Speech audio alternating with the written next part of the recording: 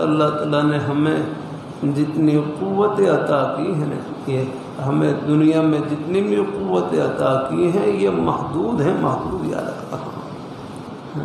اس میں بھی اللہ تعالیٰ کی بڑی حکمت یاد رکھنا۔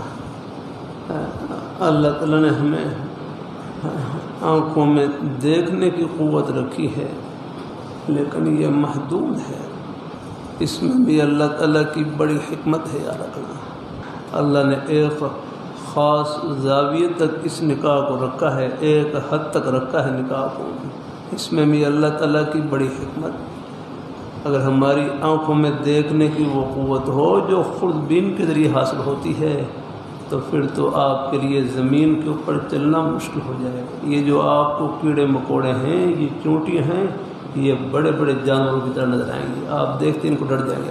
ہاں، بسترے میں جو پسو ہیں، چھوٹے چھوٹے پسو، وہ بھی آپ کو بالکل بڑے بڑے جانوروں کی طرح نظر آئیں گے، آپ کو آرام کرنا مشکل ہو جائے گا۔ اللہ تعالیٰ اپنی مہربانی فرمائے، اللہ اپنی بارگاہ میں قبول فرمائے۔ اللہ تعالیٰ اللہ ہم سب کو اللہ اپنے ایمان پہ قائم رکھے، اللہ اپنے دین پہ قائم رکھے۔ ہاں، اسی طرح ہمارے کانوں میں سننے کی قوت محدود ہے، اس کو بھی ایک حد تک رکھا ہے۔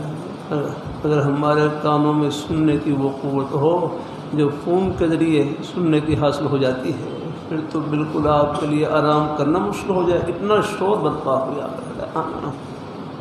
اللہ تعالیٰ اپنی بارگاہ میں قبول فرمایا، اللہ تعالیٰ اپنی مہربانی فرمایا۔ اسی طرح اللہ تعالیٰ نے ہمیں جو قوت عقل عطا کی ہے، قوت فہم عطا کی ہے، یہ بھی محدود ہے یاد رکھنا۔ اللہ تعالیٰ اپنی مہربانی فرمائے، اللہ تعالیٰ اپنی مہربانی فرمائے۔